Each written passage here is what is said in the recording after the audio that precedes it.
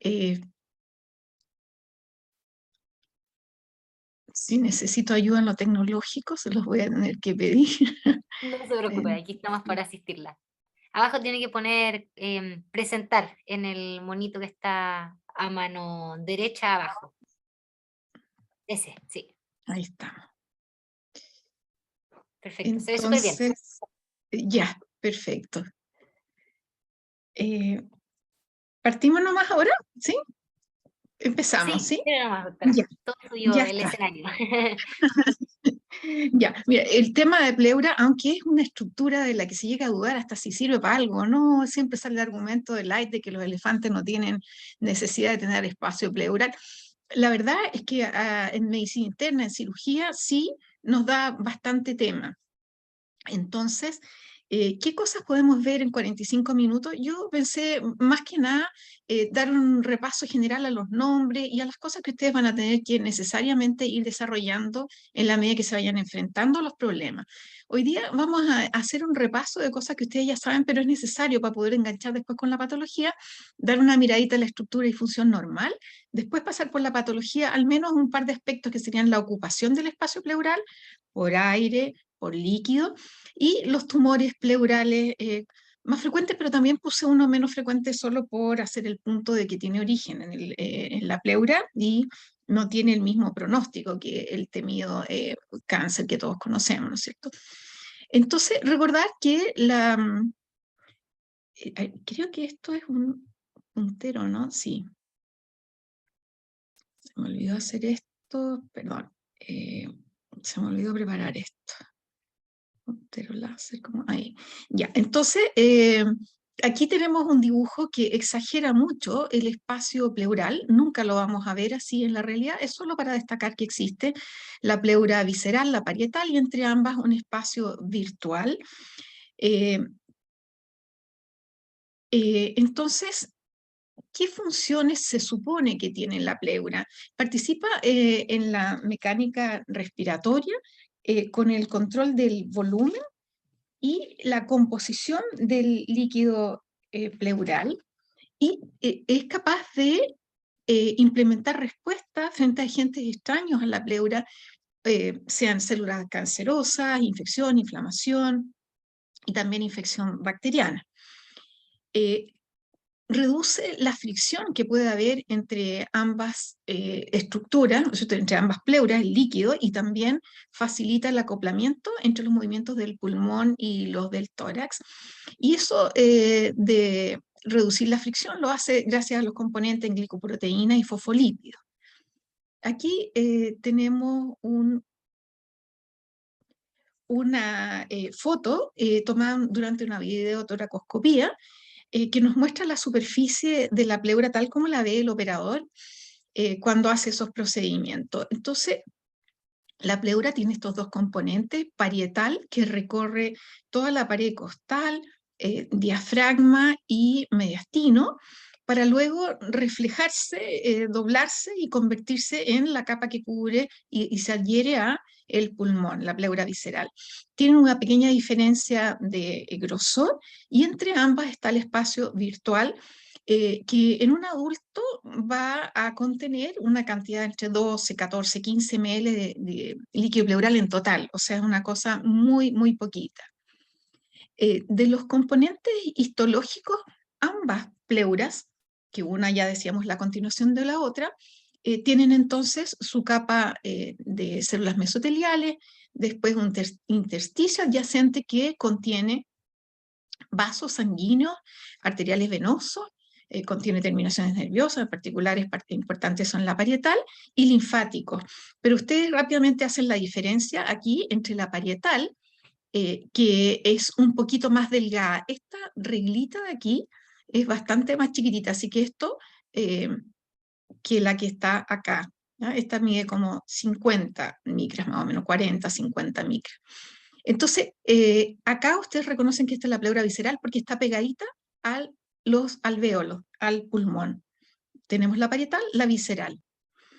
El otro aspecto que tenemos que recordar de la fisiología es que el espacio pleural tiene una presión negativa al final de la expiración tranquila, volumen de reserva expiratoria.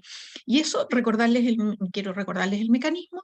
En este dibujo del libro de los doctores Edgardo Cruz y Rodrigo Moreno, de respiratorio, demuestra lo siguiente. En línea continua está la postura del pulmón y de la pared torácica, como la tenemos cuando el tórax está cerrado. Pero estas flechitas indican que si pusiéramos el tórax en una situación de comunicarlo con la atmósfera, es decir, abriéramos el tórax, el pulmón tomaría su posición de reposo, que es esta chiquitita indicada aquí por línea discontinua.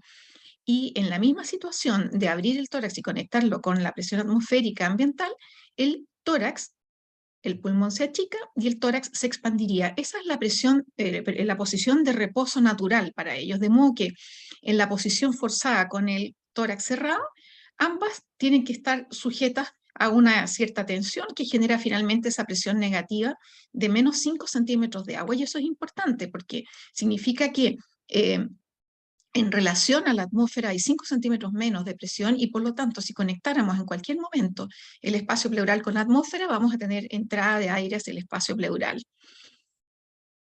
Luego, qué cosas se saben? Casi todo lo que se sabe de pleura es investigación en animales, puesto que con ese tamaño tan pequeñito y con el riesgo de pinchar el pulmón no se puede hacer investigación en sujetos sanos.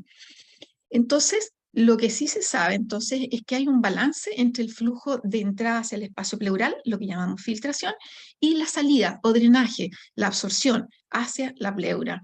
Y ahí hay varios mecanismos. Hay gente que tiene la paciencia y se pasan la vida investigando en el detalle de este tipo de fenómenos, pero hay dos cosas que nos interesa destacar hoy día, que son los participantes como la fuerza de Starling y el drenaje linfático a través de estomas en la pleura parietal. ¿Cómo se movería el líquido?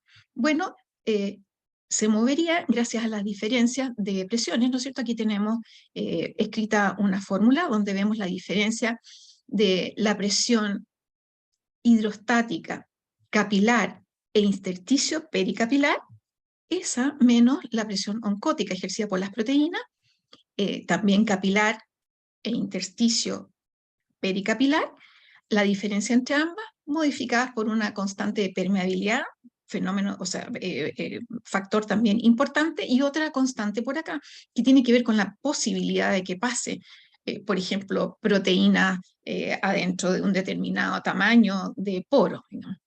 Entonces, esa diferencia de presiones está dibujada en esta publicación que les recomiendo del New England 2018, donde vemos que aquí está dibujada la pleura parietal, acá la visceral, acá el espacio pleural con líquido. En ambas, los bordes están enteros cubiertos por células mesoteliales.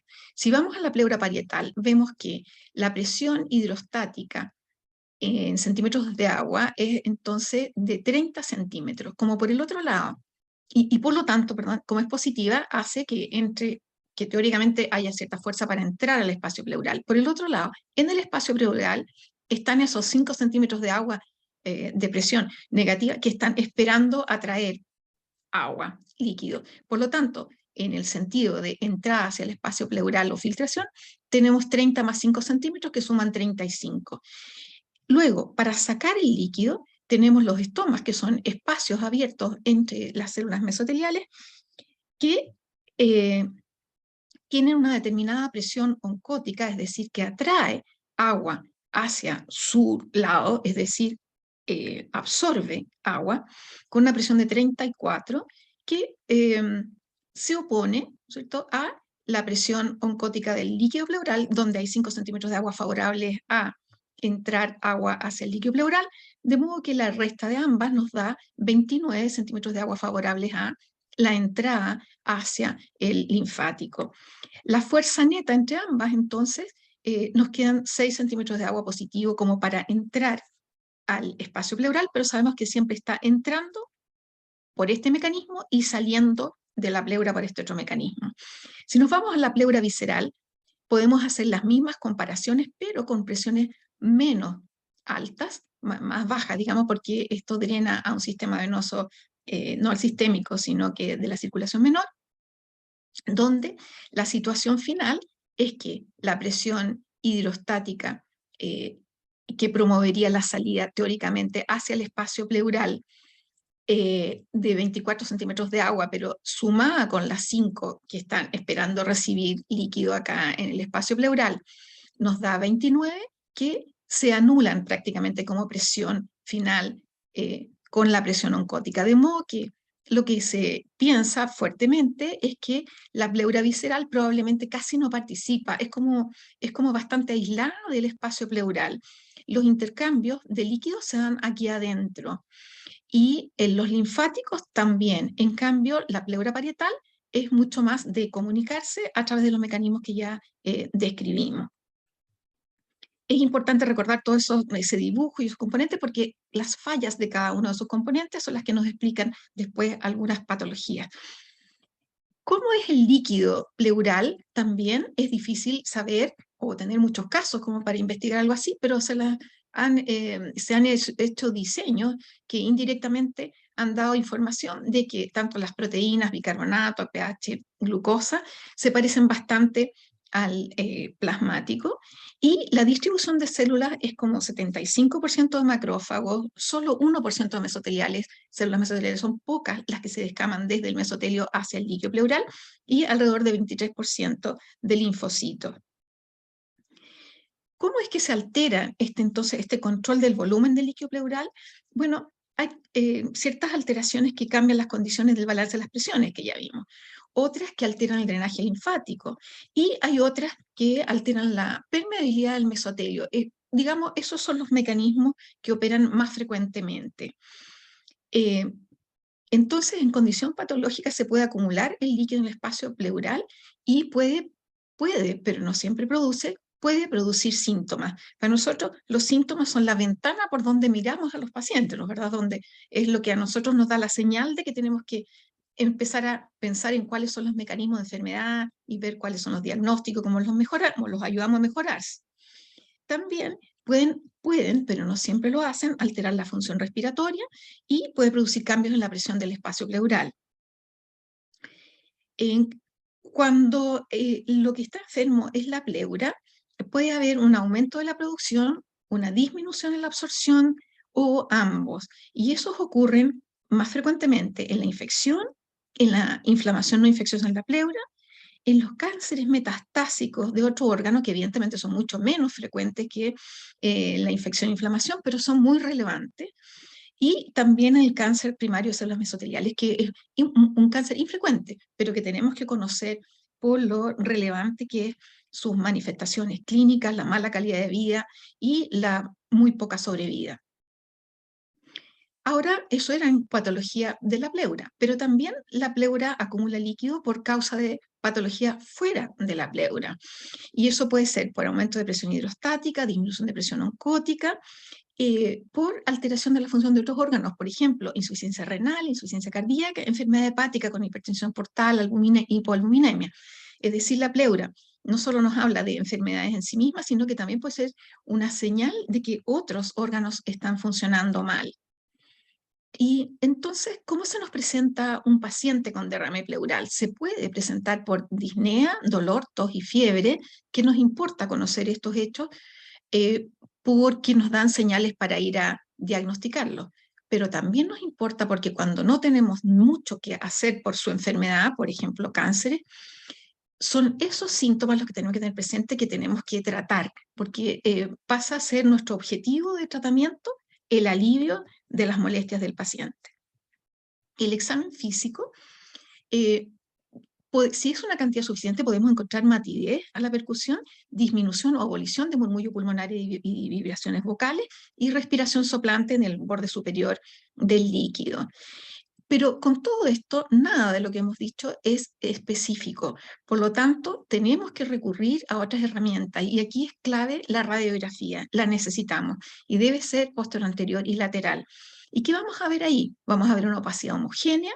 Y la ubicación puede ser subpulmonar, puede ser en los senos cotofrénicos. Para eso se necesita que haya por lo menos 300 ml. O, bueno, mayor extensión ya empieza a ocupar el hemitórax. Un detalle es que el subpulmonar, que es como se inicia muchas veces el líquido, lo vemos indirectamente solo, por ejemplo, al lado del estómago, izquierdo del estómago, porque hay una distancia un poco más grande entre la burbuja gástrica y lo que suponíamos que era el diafragma arriba, que verdaderamente no es, sino que nos damos cuenta que es el borde superior de un pequeño líquido pleural.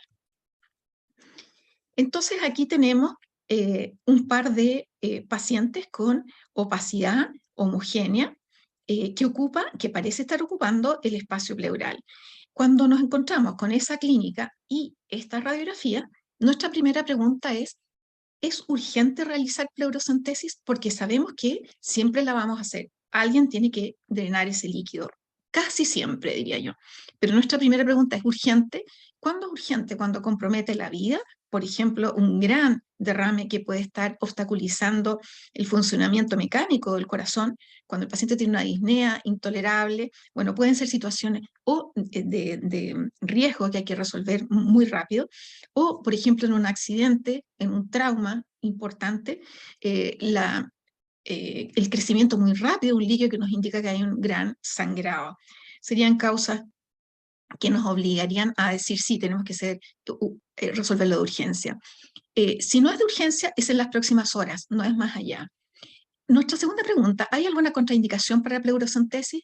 Infección de la piel, el local donde íbamos a puncionar, fenómenos hemorrágicos que no hemos logrado controlar, tenemos que controlarlos primero, compromiso de conciencia, falta de colaboración del paciente, tendremos que sedarlo, manejar toda esa parte. Serían contraindicaciones. ¿Es de volumen suficiente para puncionar? Ahora que se cuenta con ecografía y hay más recursos, probablemente se es capaz de funcionar líquidos de volumen más chiquitito, pero cuando procedíamos solo con la clínica y la radiografía, le exigíamos al menos 10 milímetros, 1 centímetro de grosor a la capa del líquido pleural, que cuando es muy pequeñito uno podía ponerlo en decúbito lateral y esperar a medir esos 10 milímetros. Con 10 milímetros da para poder tener líquido. Y nuestra última pregunta dentro de esta evaluación inicial es si está libre o loculado. Fíjense ustedes que aquí esta opacidad parece ser como variable, o sea, en alguna zona es más blanco y en otra un poco menos, podría haber un lóculo. Y acá sin duda que hay una zona más blanca y aquí una más lúcida. Pareciera ser que el líquido se dispone en capas que tienen distinto grosor, es decir, es muy probable que tengamos líquido loculado. Y eso es importante saberlo antes para poder saber dónde funcionar con éxito, correctamente. ¿Quién puede funcionar y en qué momento se puede funcionar? Ninguna posibilidad de hacerlo si no tenemos antes un entrenamiento supervisado, usamos el material adecuado, tenemos la información para el paciente y tenemos su consentimiento. De otro modo, no podemos hacerlo porque es un examen que se hace con la colaboración del momento del paciente para evitar complicaciones. Es necesario informarle al paciente porque se pueden producir complicaciones aunque tengamos todos los cuidados posibles. Y esas son básicamente el sangrado, la infección, el dolor. ¿Y para qué vamos a funcionar con el propósito de hacer diagnóstico? Primero, para poder saber si el líquido es un exudado o un transudado. Y para poder orientar el diagnóstico siempre en base a la evaluación clínica que hicimos antes. Cuando empezamos a ver este paciente, tenemos que ir haciéndonos una idea de lo que pensamos que vamos a encontrar. La pleurocentesis diagnóstica necesariamente debe ser con material aséptico, precauciones universales, el paciente debe estar sentado idealmente.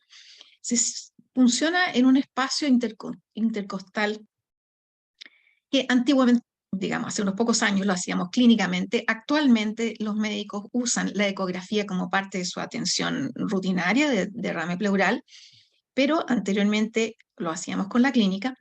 En la cara dorsal del tórax, idealmente a 10 centímetros de la línea media, con anestesia local. Dolor es una complicación, debemos evitarla. Funcionamos con una jeringa con una aguja número 21 y extraemos líquido para estudio, unos 40 a 50 centímetros cúbicos, suficiente para nuestro estudio inicial. Pero casi siempre necesitamos hacer una extracción, una pleurocentesis terapéutica, con el propósito de complementar el tratamiento si esto fuera una infección y manejar los síntomas, aliviar al paciente. Y entonces drenaje se logra instalando un catéter de teflón conectado a su vez de forma sellada, o sea, no puede tener contacto con el ambiente, porque si no tendríamos un neumotórax, con un catéter de drenaje con un sistema cerrado. Podemos drenar más o menos libremente hasta 1000 ml, siempre que la radiografía no nos haga pensar de que hay una dificultad para expandir, y esa orientación podría venir de que veamos un hemitórax disminuido volumen, como si ahí hubiera imposibilidad de expandir ese pulmón. En general, entonces podemos drenar 1000 ml, se puede drenar más, pero con más conocimiento, más experiencia. Suspendemos el procedimiento si es que hay presión negativa, intrapleural, o aparece dolor o tos. Cualquiera de esas condiciones entonces nos hace suspender el procedimiento. Dijimos que las condiciones clínicas son las que nos guían. Debemos caracterizar el líquido en su aspecto macroscópico y luego clasificarlo como transudado o exudado. Transudado se refiere a aquello que nombramos antes, en que la pleura recibe ese aumento de líquido sin enfermedad pleural, sino que con un trastorno fuera de la pleura. Y luego el exudado es aquel que se produce porque hay algún problema en la pleura. Y en ese tenemos que precisar el diagnóstico e implementar el tratamiento respecto a la patología pleural. ¿Qué aspectos macroscópicos del líquido nos sirven? A veces uno se pone más creativo y describe cosas, pero la verdad es que lo que sirve, es decir, es amarillo y medio transparente. Y casi la mayoría son así, y uno dice citrino y no ha dicho nada más, digamos. En cambio, si es difusamente rojo, no se me contaminó del momento porque pinché un vasito, sino que es difusamente rojo, ese es hemorrágico. En ese caso, debemos medir el pleurocrito, que es la concentración de glóbulos rojos, y compararlo con el hematocrito en sangre. Si este pleurocrito resulta ser más de 50% del hematocrito en sangre, debemos hablar de hemotórax. Eso significa un sangrado muy significativo, y debemos comunicarnos con el cirujano porque hay algo que está sangrando activamente que debemos resolver.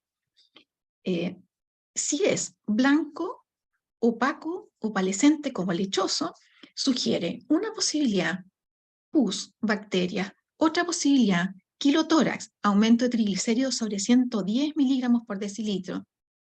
Podría ser el caso de una ruptura de conducto torácico, o también drogas, algunos fármacos que se usan para tratamiento de leucemia, como dasatinib, o producen ese problema. Pseudoquilotórax es algo que parece un quilotórax, pero que en realidad no es triglicérido, sino que es colesterol, y eso suele ocurrir en derrames pleurales crónicos. Yo diría que ya casi no lo vemos, pero antiguamente, cuando quedan, por ejemplo, derrames pleurales tuberculosos, crónicos, sin lograr tratarlos, podíamos tener este fenómeno. Luego pasamos a clasificar como transudado o exudado, y para eso usamos los criterios de Light. Comparamos la concentración de componentes en el líquido pleural respecto de los mismos en la sangre. Entonces, una relación de proteínas mayor de 0,5, una LDH en relación mayor de 0,6, o una LDH en líquido mayor de 2/3 de lo que se considera el límite superior de lo normal en sangre para ese laboratorio, entonces cumpliríamos con los criterios para decir esto es un exudado, y así estamos diciendo la pleura está enferma. También podemos usar estos criterios. El doctor Cruz y colaboradores partieron con esta definición, que de hecho está mencionado en ese artículo como una de las referencias, en el artículo de New England que les mencioné. Colesterol sobre 45 y LH sobre 200 miligramos por decilitro. Hablamos del líquido pleural de tipo transudado cuando es no exudado. La verdad es que lo que uno diagnostica es exudado o no exudado, y al no exudado le llamamos transudado. Pero la realidad es que a veces no es tan infrecuente que nos encontremos con un valor que se nos sale de la definición correcta, perfecta. ¿Y qué herramienta usamos en ese caso? El criterio clínico. Volvemos a conversar con el paciente, a revisar sus antecedentes, para poder ir construyendo una respuesta de si lo que está enfermo es la pleura, un exudado, o esto es un transudado.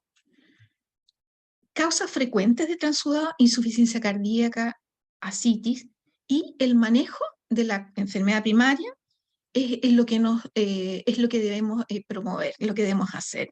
Puede ser que, aunque la enfermedad no esté en la pleura, requiera vaciar, porque el líquido es muy voluminoso y produce entonces problemas respiratorios. Ahora, si nos convencemos de que es un exudado, seguimos con las otras mediciones. La verdad es que en la práctica se toma todos los estudios juntos, porque no podríamos ir a puncionar nuevamente al paciente, se manda todo estudio, pero esto es como la forma de pensamiento, de análisis, lo que vamos a ir recibiendo. Si tenemos glucosa disminuida en un exudado, tenemos que pensar que hay un proceso metabólico activo. Eso puede ser infeccioso, puede ser un cáncer que se está reproduciendo rápidamente. Un pH disminuido también habla entonces de un exudado, si es que es un exudado paraneumónico, de que está complicado. Adenosina-deaminasa es una enzima que es complemento para el diagnóstico de tuberculosis pleural.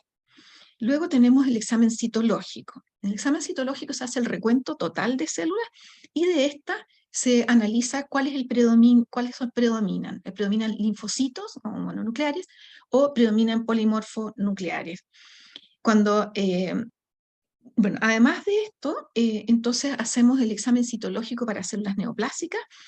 Hay que distinguirlo del citológico de recuento celular nomás, porque este examen citológico requiere de entrenamiento, saber identificar las células neoplásicas. Para aumentar el rendimiento, que no es muy alto, para el análisis de células neoplásicas, podemos enviar también una cantidad, como unos 10 centímetros cúbicos de líquido en un tubo, para realizar un bloc celular. Los patólogos, los citólogos lo que hacen es centrifugarlo y construir entonces como un pellet que después ellos cortan y analizan, con el propósito de tener más riqueza de células para poder hacer el análisis de células neoplásicas. Y entonces, si estuviéramos con la sospecha de que necesitamos biopsia porque hay un predominio de mononucleares, o sea, de linfocitos, o sea, más del 50% de mononucleares, y nuestra posibilidad diagnóstica, entre otras cosas, es la neoplasia o la tuberculosis, necesitamos plantearnos obtener una biopsia. Una posibilidad es la biopsia que todos aprendimos a hacer hace algunos años, hasta hace algunos años, digamos, ahora se hace menos porque hay procedimientos que tienen rendimiento mejor y más seguro, pero aún se hace en algunos casos, que es una biopsia a ciega con una aguja de Cope. Eso es un trocar grueso que tiene dentro un crochet que se introduce a través de la piel y se engancha un pedacito de pleura parietal y luego por fuera va un cilindro que en su punta es capaz de cortar ese pedacito enganchado. Esa se llama entonces biopsia pleural percutánea con aguja de Cope por punción percutánea. Y las alternativas, las llamé a todas biopsias quirúrgicas, pero la verdad es que esta, por ejemplo, en la toracoscopía médica, hay broncopulmonares que se dedican a hacer eso y no son cirujanos y sí abren el tórax, colapsan el pulmón y obtienen sus biopsias viendo las muestras, viendo la zona donde toman las muestras, o sea, tienen mucho mejor rendimiento. También la videotoracoscopía y por último, la cirugía con toracotomía propiamente tal. Si volvemos entonces a lo que decíamos recién en un exudado, miramos, el laboratorio nos informa si más del 50% de las células son polimorfonucleares, pensaríamos que hay una inflamación aguda. De inmediato pensamos, y si nos calza con la clínica, que esto puede ser un exudado pleural paraneumónico. En cambio, cuando tiene más de 50% que son mononucleares, debemos pensar en una inflamación subagudo crónica y ahí pensamos tuberculosis, cáncer, con lo cual hacemos el planteamiento de la biopsia que estábamos conversando recientemente. En el caso de la tuberculosis, la adenosina-deaminasa sobre 80 nos orienta fuertemente a ese diagnóstico. Y además debemos, para estudiar tuberculosis, incluir dentro de nuestro estudio, cuando todavía no sabemos lo que vamos a obtener, pero tenemos que tomar todos los exámenes juntos, yo recomiendo tomar de todas maneras la baciloscopía y cultivo de micobacterias, aunque tengan baja sensibilidad, puesto que la especificidad nos resuelve muchos problemas. Y en el caso de los cánceres, en general vamos a encontrar adenosina-deaminasa baja, pero no siempre. Y buscaremos también las células neoplásicas, aunque el rendimiento no es muy alto. También el predominio polimorfo nucleares se puede dar en etapas precoces de tuberculosis y otros casos en que se produce inflamación no infecciosa en enfermedades reumatológicas, por ejemplo, lupus, reacciones adversas a fármacos. Nuevamente, entonces, indispensable la clínica. Si volvemos al tema del exudado pleural paraneumónico, nuestra pregunta siguiente es si está complicado. Es decir, eso significa que si es que nos va a ocurrir que va a tener problemas si no lo drenamos. O sea, eso es lo que definimos como complicado. ¿Y cómo nos damos cuenta que está complicado? Porque tiene un pH bajo, por ejemplo, menos de 7,2, un lactato alto, más de 5 milimoles, y en ese caso la conducta se dará drenaje ahora, no se posterga, y el tratamiento de la correspondiente neumonía, que ya por definición es grave. Toda esta decisión de seguimiento ojalá se haga en un equipo, en conjunto con el cirujano, porque no sabemos si se nos va a complicar de tal manera que vamos a necesitar un procedimiento complementario quirúrgico. Y luego la segunda pregunta, está complicado pero en fase de empiema, es decir, ya hay glóbulos de pus, bacterias en la tinción de Gram, un pH aún más bajo, que va a requerir entonces un drenaje quirúrgico. Volvemos a los diapositivos que mostré antes en la foto, donde entonces dijimos, aquí uno puede empezar a sospechar con la pura radiografía de que puede haber un derrame loculado. Y en tal caso, actualmente, tenemos la ecografía más a la mano. Antes se la pedíamos al radiólogo con todo lo que significaba sobrecargarlos a ellos y nosotros tener que esperar a veces. Hoy, cada vez más en los servicios de broncopulmonar hay personas que son capaces de hacer la ecografía, que en este caso, por ejemplo, aquí nos demuestra que hay una condensación y aquí nos demuestra que se acompaña de líquido pleural con tabiques. Eso está tabicado. Aquí, cuando no nos hemos preocupado o nos ha ido mal o empezamos a ver al paciente tardíamente con una neumonía grave, con un derrame pleural paraneumónico que no fue tratado, finalmente se formará un empiema. Estos son casos que muestran esas colecciones, como en este caso, aquí vemos la pleura visceral, la parietal, y entre medio este líquido que probablemente debe ser bastante denso, que incluso aquí tiene unas colecciones de gas. Este es otro caso en que el líquido queda como encerrado, ¿no es cierto?, como en unos lóculos, y este es otro caso. Todos estos necesitan un drenaje complementario que no se va a lograr con solamente una instalación de un catéter. Hoy en día, para líquidos libres, existen además muchos más recursos de catéteres tunelizados para cuando hay que hacer drenaje de líquidos más grande y por más tiempo. Hay mucho más tecnología para poder resolver estos problemas. Y cuando nunca llegamos a donde este paciente, probablemente el paciente va a evolucionar con empiema crónico, donde sus pleuras quedan engrosadas y separadas por un componente que fue infeccioso inflamatorio en su momento. Cuando, volviendo al exudado con predominio mononucleares, pero con adenosindeaminasa alta, sobre 80, y tenemos una clínica concordante, podemos pasar a tratarlo como tuberculosis o como alternativa, dependiendo de quién sea el paciente, complementar el estudio con una biopsia pleural. Y decíamos, cuando la adenosindeaminasa es baja, con la biopsia pleural buscamos el cáncer, que puede ser entonces un tumor maligno metastásico, o bien puede ser un paraneoplásico, o bien puede ser un primario mesotelioma. Cuando la adenosindeaminasa está entre 30 y 80, tenemos que volver a mirar los datos y ver qué vamos a hacer. ¿Vamos a repetir una biopsia o vamos a buscar diagnósticos alternativos? Este estudio, que les dejo aquí la referencia, revisó 1.254 toracoscopías médicas y obtuvo algunos resultados que llevan a uno a como ejemplificar algo que está publicado, y es que de la biopsia pleural podemos tener como un 10% o algo más, un 13%, de resultados de pleuritis inespecífica. O sea, hay inflamación, pero no nos puede decir qué diagnóstico específico es. El mensaje, no se desanime, sígalo con la estrategia que parezca más adecuada para cada paciente, porque hasta un año de evolución pueden seguir saliendo diagnósticos que no aparecieron la primera vez. Más o menos un 90% de este 13% de pacientes va a terminar con la siguiente situación. Como en un 11% se va a diagnosticar cáncer, como en un 40% enfermedades benignas no cáncer, y el otro 40% de este 13% va a seguir siendo pleuritis inespecífica. O sea, hay que continuar atendiendo a ese paciente para buscar una explicación de esto que pareció una pleuritis inespecífica. En la biopsia pleural podríamos haber obtenido resultados que nos hacen pensar que eso es un derrame pleural maligno. Tengamos presente que esa persona tendrá una sobrevida media de 3 a 12 meses y por lo tanto nuestras conductas van a tener presente eso, tanto para informar como para ofrecer tratamiento. Podemos ponernos de acuerdo con este lenguaje, digamos.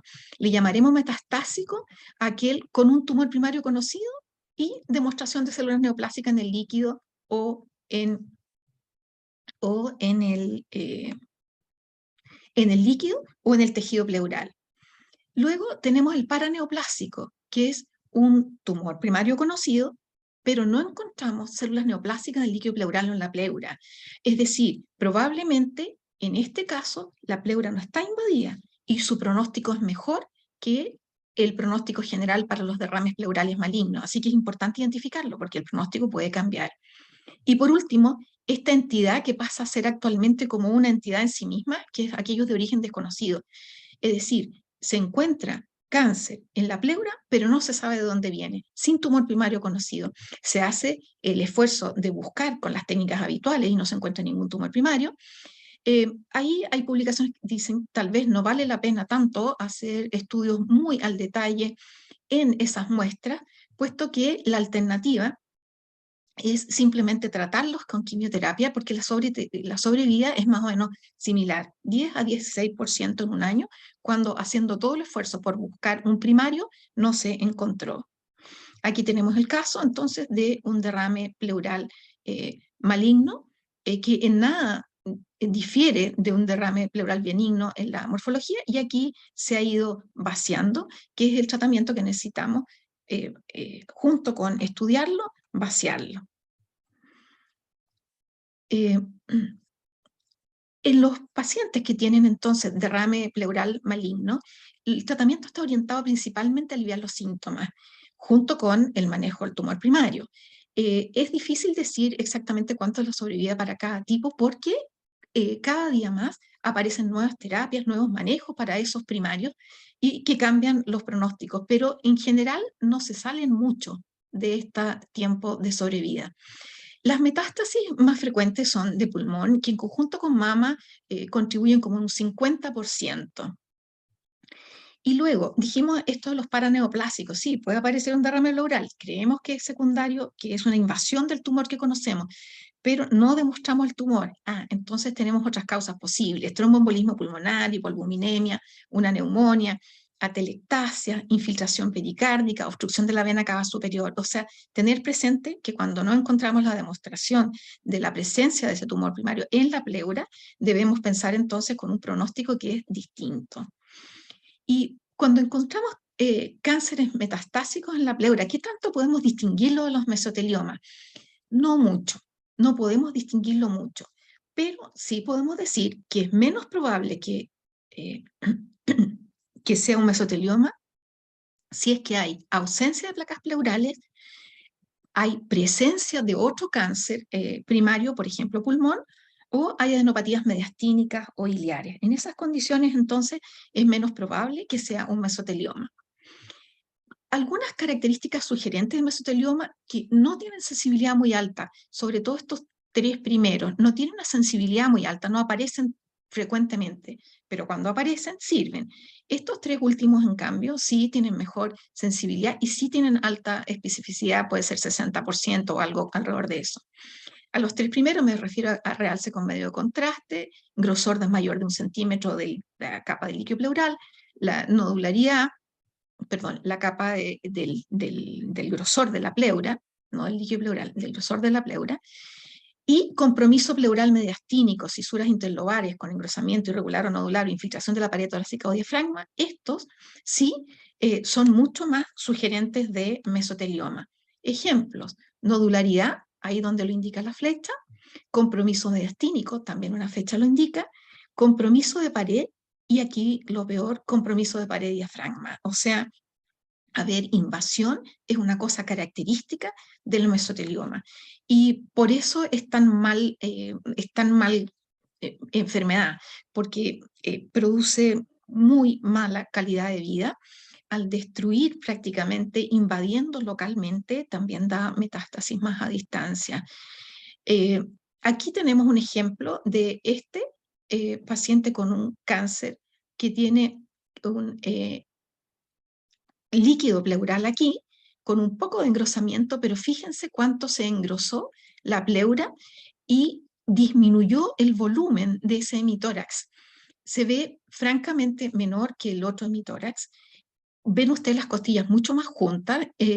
Si se desplaza o no el mediastino va a depender de cuán fijo esté el mediastino, pero claramente ha producido una restricción el mismo tumor, de manera que produce muchos síntomas, no solo por dificultad respiratoria, sino que también por dolor y extensión local.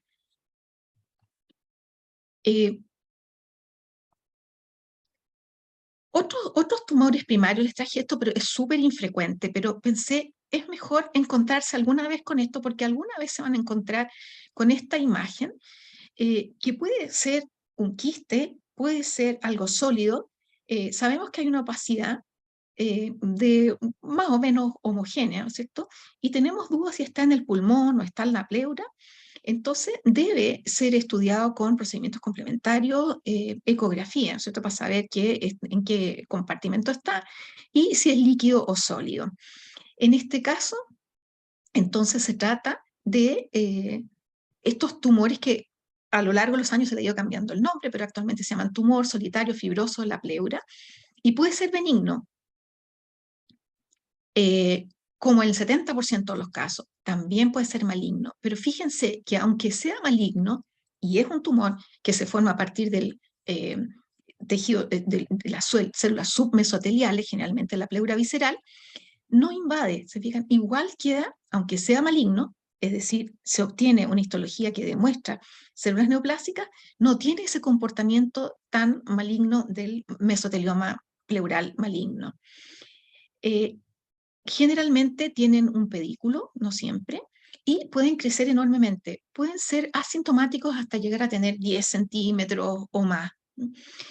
Eh, entonces, podríamos encontrarnos con esto, pero infrecuente. Y aunque tiene origen en el mesotelio, no tiene el pronóstico y la mala calidad de vida de los mesoteliomas.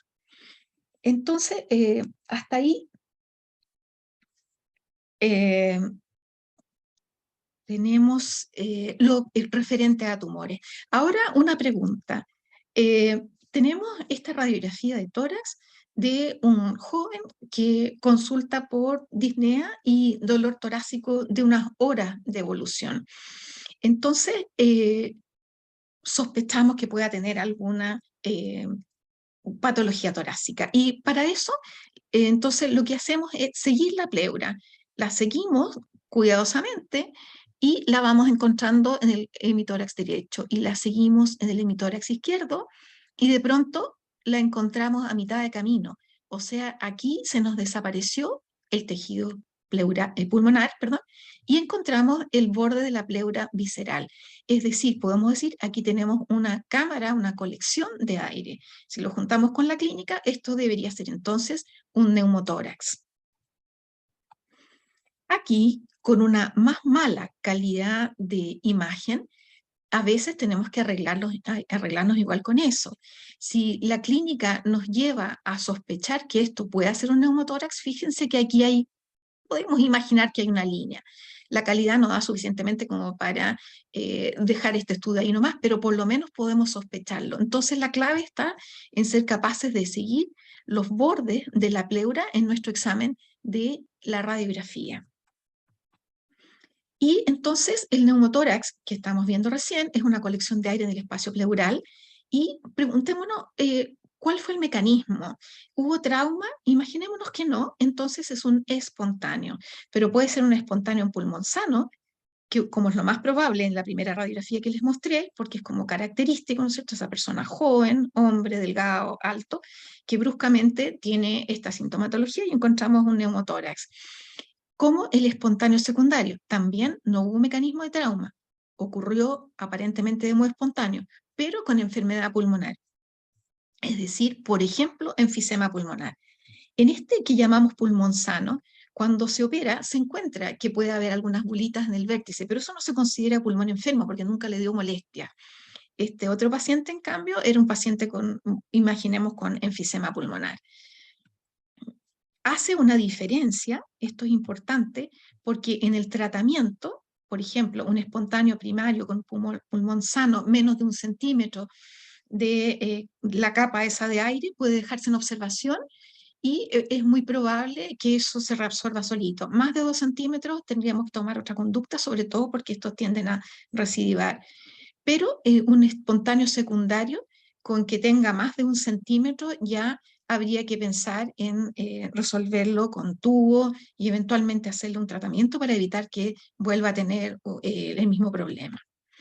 Y si el mecanismo de producción fue trauma, posibilidades. Una comunicación del espacio pleural con el ambiente externo a través de la pared torácica. O sea, imaginémonos un gran accidente con una persona que tiene el espacio pleural comunicado con el ambiente, gravísimo, está probablemente con serios problemas para respirar y requiere de una conducta inmediata de vaciamiento del espacio pleural. Luego, puede ocurrir que el espacio pleural esté comunicado en realidad con el pulmón a través de una rotura de la pleura visceral. Por último, el iatrogénico. ¿Qué actividades nos pueden llevar a esto? Por ejemplo, una punción pleural en que conectamos el espacio pleural con el ambiente, se nos desconectó algo. Segundo, pinchamos el pulmón, ¿cierto? Esa es otra posibilidad. Otro, puncionamos el pulmón al hacer otro procedimiento, por ejemplo, instalación de un catéter central o procedimientos que pueden producir neumomediastino y de ahí a la pleura, por ejemplo, procedimientos sobre vía aérea o esófago. Si la pared está abierta o cerrada, como recién nombramos, puede determinar distintas consecuencias mecánicas en la ventilación. En un neumotórax abierto, el aire entra y sale a través de la herida en la pared torácica. Y lo más grave es que a veces entra y por un mecanismo de válvula no sale y continúa aumentando. Entonces ese ya pasaría a comportarse como un neumotórax no abierto. Y este puede ser simple, es decir, no desplaza el mediastino, o atención, desplaza el mediastino. Eso es una urgencia, hay que resolverla. Algunos ejemplos de neumotórax, entonces. Este es un neumotórax grande que ha colapsado prácticamente el pulmón y que se acompaña un poco de líquido. Y fíjense, aquí hay una causa, hubo un trauma, probablemente se rompieron las costillas. Este paciente requiere tratamiento de todas maneras, ¿cierto? El tratamiento no lo vamos a dejar observar, hay que instalarle tubo, drenarlo, etcétera. Este otro paciente que tiene un gran neumotórax, uno podría pensar, una posibilidad llegó muy grave y está lleno de tubos, ¿no es cierto? La otra posibilidad, se instaló un catéter venoso central, se puncionó el pulmón y entonces salió aire. Si se puncionó el pulmón, se corre el riesgo de que siga saliendo aire. Y además es muy grande, de modo que este paciente necesita un tubo pleural para poder drenar y esperar que el pulmón se expanda. En este otro caso, tenemos aquí explicado que este paciente tiene un desplazamiento del mediastino al otro lado de la colección de aire, del neumotórax. Aquí tenemos un colapso completo del pulmón izquierdo y un desplazamiento de mediastino. Si ustedes se fijan, estas costillas están un poco más separadas que estas de acá, es decir, hay un aumento de presión en este lado del tórax.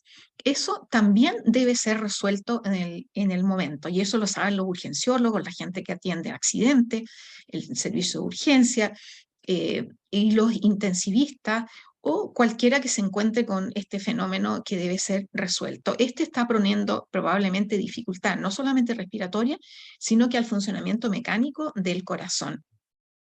En este otro caso, si bien la radiografía no es muy bonita, pero yo encuentro que es bien valioso porque tiene no solamente el colapso completo del pulmón derecho, sino que fíjense que aparece una línea aquí, un nivel de un contenido de opaco. Es decir, es muy probable que esto sea un hidroneumotórax. Y eso, colección de líquido, colección de aire, requiere una técnica que permita vaciar tanto el aire, que se resuelve con instalación de la punta del tubo arriba, como el vaciamiento del líquido para lograr, el propósito es lograr la expansión completa del pulmón, si es que el pulmón no está enfermo y es capaz de expandirse completamente. Entonces, eso es lo que tenía pensado, pero quería en unos minutitos comentarles algo porque decidí agregar, porque no se me ocurre otro momento más oportuno que hablar de asbesto un poquito para hacer las siguientes precisiones de lenguaje, que a veces nos confundimos un poco con esto. Las personas con antecedentes de exposición a asbesto, que está prohibido en Chile desde el 2001, pero sigue existiendo en estructuras, arquitectura, en los bomberos lo usan, etcétera, y está normado todo el retiro de las zonas con asbesto, pero cada vez que haya destrucción, incendios, destrucción de techumbres, etcétera, corremos el riesgo de que haya exposición a asbesto para las personas que lo manipulan.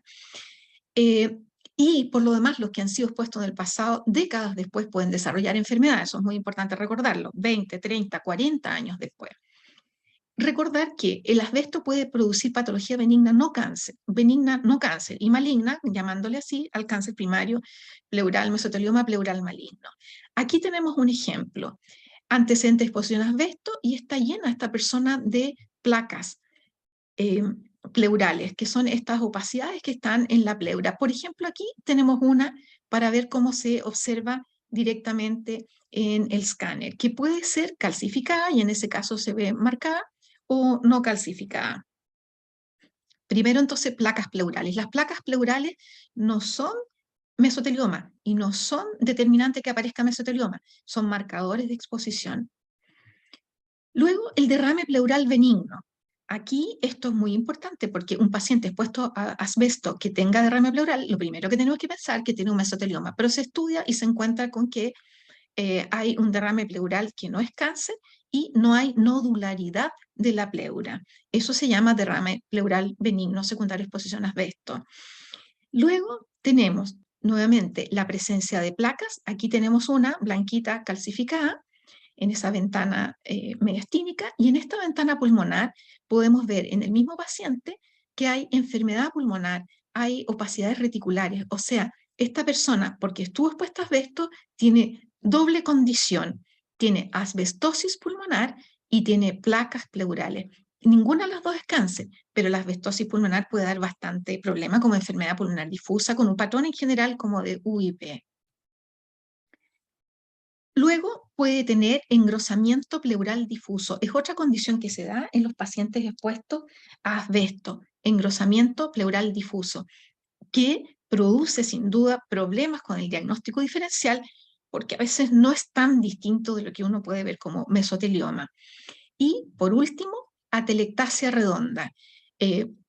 Nuevamente da un problema de diagnóstico diferencial, puesto que parece una masa en un paciente que ha sido expuesto a mesotelioma o que tiene evidencia, placas pleurales, de que ha sido expuesto a asbesto, y es el mismo tejido pulmonar normal, pero que dado que tiene esta patología pleural, la pleura va haciendo como un giro donde va como envolviendo a ese segmento del pulmón y se va reconociendo en el vértice de esta especie de masa a los vasos sanguíneos y vías aéreas, que es la manera como los radiólogos nos ayudan a identificar que se trata de una atelectasia redonda.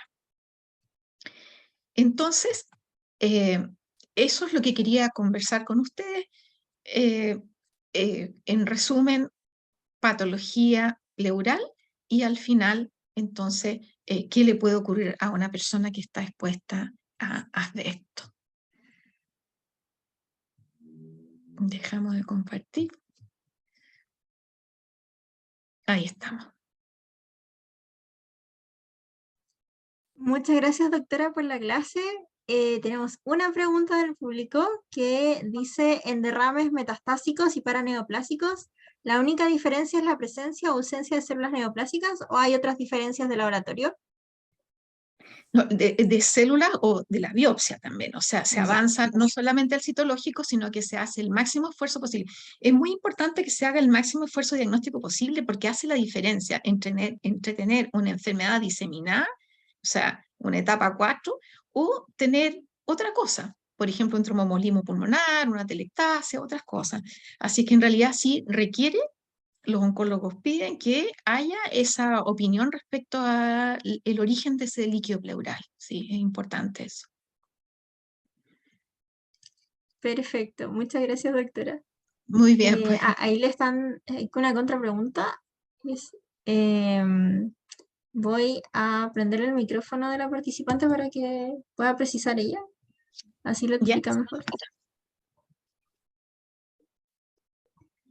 Ay, Rocío, ¿puedes activar el micrófono? Que a mí no me deja, si no soy host.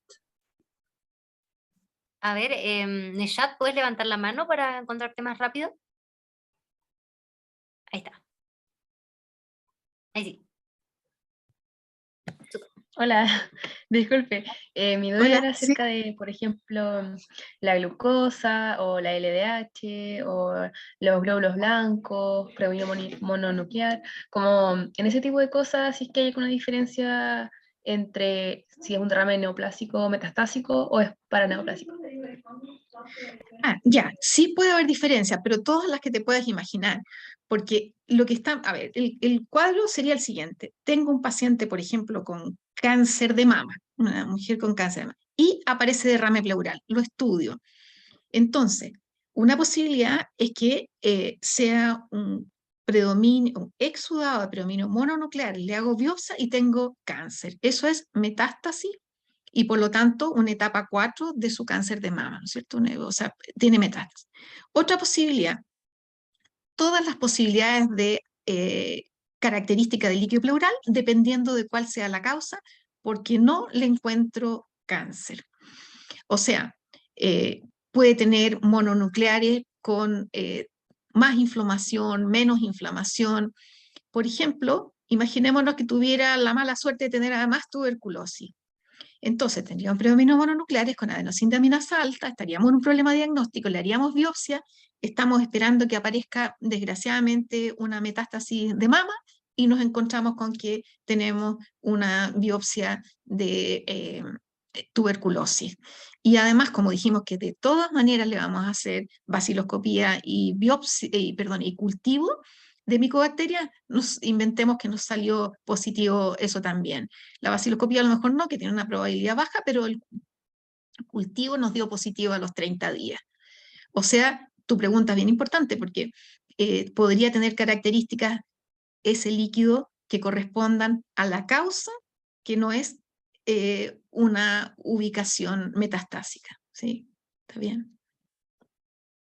Muchas gracias. Bien.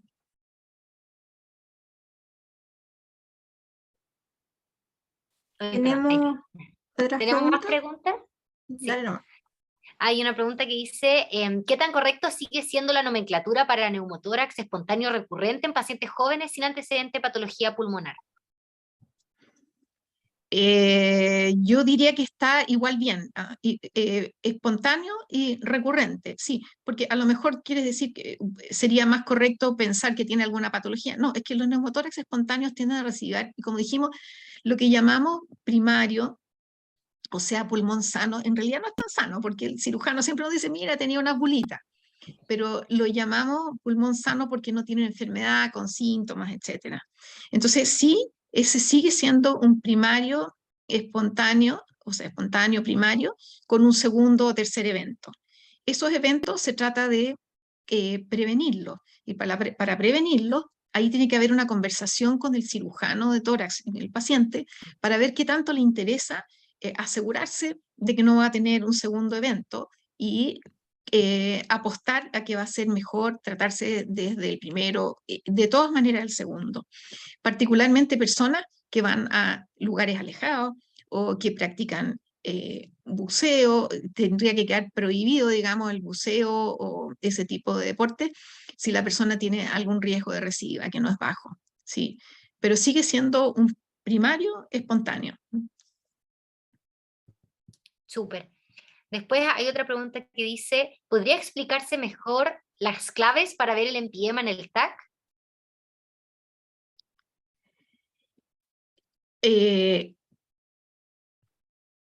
Ya, mira, para empezar, nada, yo creo que eso es importante, o sea, se necesita el análisis del líquido para saber qué es un derrame pleural complicado o un empiema, porque empiema podría ser incluso encontrar las bacterias en el análisis del líquido y no tener todavía loculaciones, ni otras loculaciones, básicamente. Así que ahora, si lo vemos en el TAC como las cosas que mostramos ahí, es que se nos pasó el momento. Yo dije, es que nos llegó tarde el paciente, o nos quedamos nosotros, probablemente no nos quedamos, porque la conducta es proactiva.